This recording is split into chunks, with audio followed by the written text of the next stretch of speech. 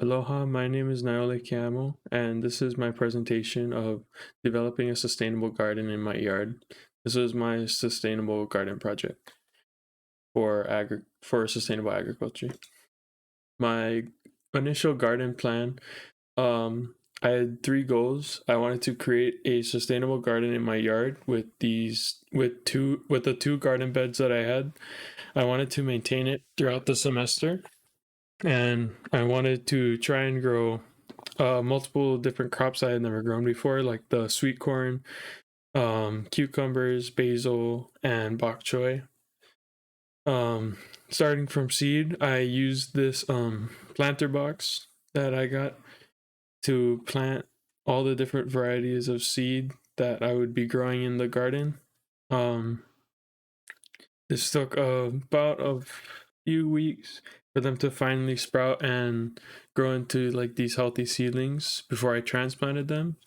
Um, I had two types of tomatoes, the cherry and boxcar willy, Chinese mustard kai choy instead of bok choy because we weren't able to find any bok choy seeds, eggplant, cucumber, basil, and sweet corn.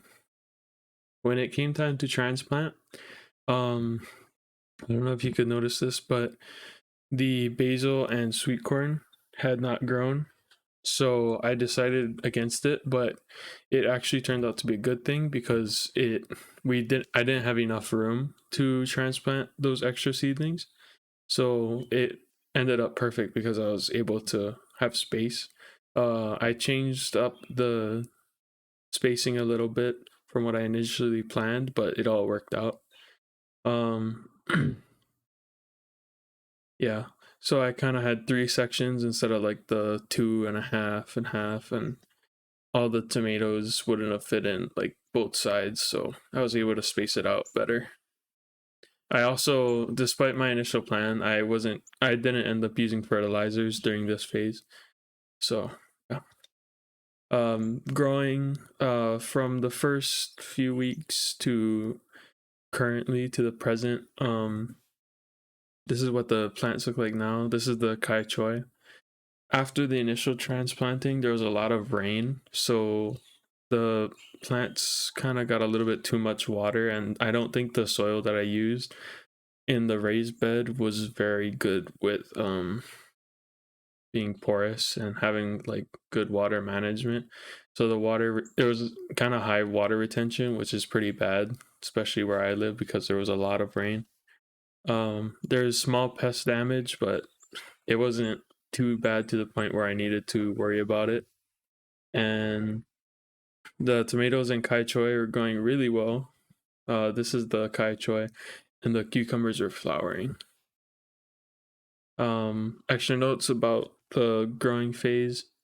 Um, I learned a lot about kind of garden management, and there were some regrets I had, like not using fertilizer and like the soil, like I mentioned, and maybe giving the seeds more time to germinate before transplanting. Especially, I think if I waited until after the rain would have stopped, it might have been beneficial.